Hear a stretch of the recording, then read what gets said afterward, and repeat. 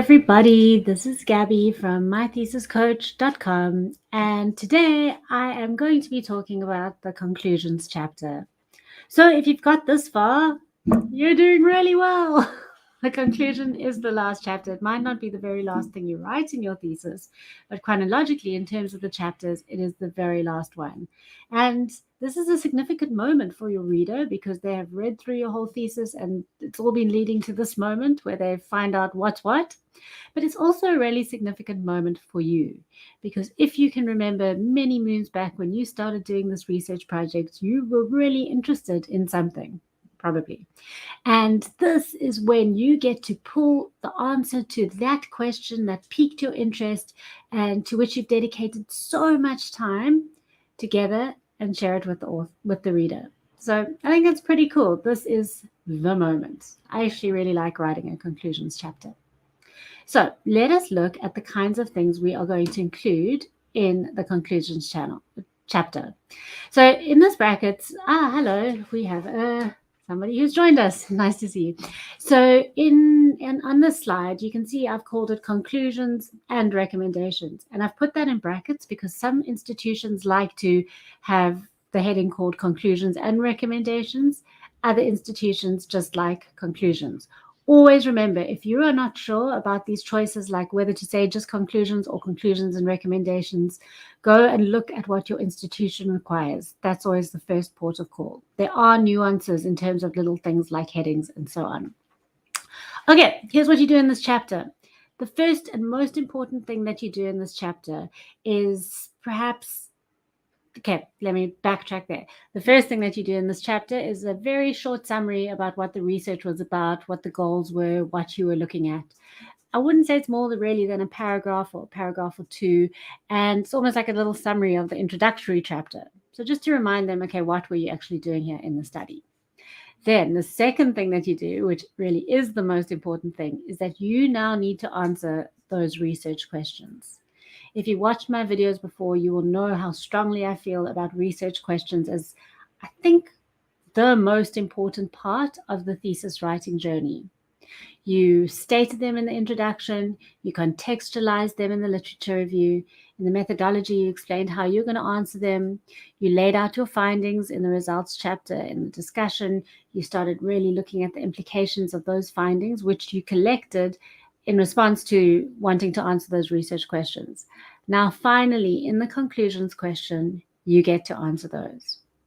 So you may even consider doing what I did in my thesis, which was like explicitly in the conclusion section writing, sub-question 1, what was the blah, blah, blah? And then I literally answered that research question there. And I did the same for sub-question 2 and sub-question 3.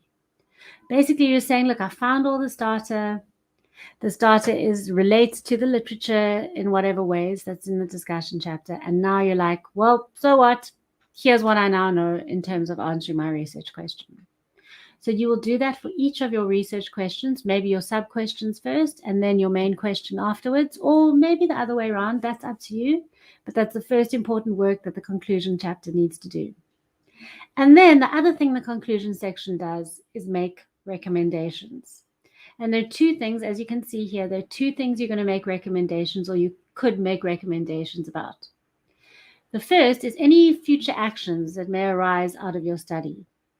So, for example, for my thesis, my PhD thesis, I made my whole thesis called for my PhD thesis, it was looking at a course that is taught and analyzing that according to some complex theoretical stuff. Anyway, from my findings, I drew conclusions which answered my research questions about the course. And then I had suggestions about how we could improve the course in the future. So it's possible actions going forward that emanate from the research that I've done. So that might be the first kind of group of recommendations that you make.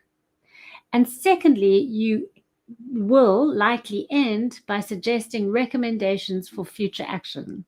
I want to tell you, by the time you come to write that paragraph or two, you know that you are nearing the home straight. I actually find it almost liberating to just say future research because you're like kind of laying the foundation for the next person who comes in. You're like, I've done this cool stuff. Here's what the next people could look at. So, for example, I looked at that course at my particular institution. A recommendation for future research might be that similar analyses are done on courses teaching employability skills in other institutions. Or maybe I looked at a third year course, and a good thing for future research would be to look at a fourth year final year course. Or it might be something interesting that I didn't discover. So in my study, I might have found A, B, and C, but no one spoke about E. That's a good area for future research. So this is like you passing the ball on to the next person who appears.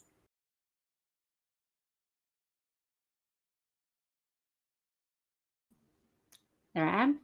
If you have got as far as the conclusions chapter, you have done absolutely brilliantly. This is when you can start to kind of taste and smell the reward of your very hard work in the form of a cohesive, comprehensive piece of writing. So well done for that.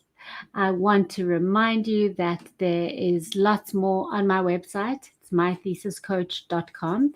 There's a blog there, and I'm always updating it with useful and hopefully, useful and tangible kind of tips and tricks that you can use when you are writing your thesis.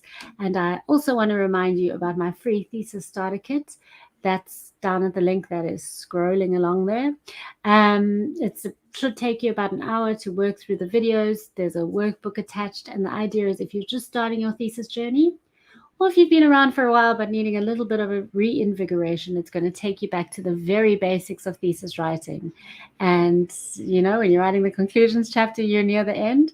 But we're always coming back and starting and re-looking and reconsidering our own work. So I would highly recommend you go and grab that totally free, very awesome thesis starter kit. So thanks so much. Remember, you can always reach out to me on social media. I am looking forward to helping you and supporting you in your thesis writing journey any way that I can. Cheers.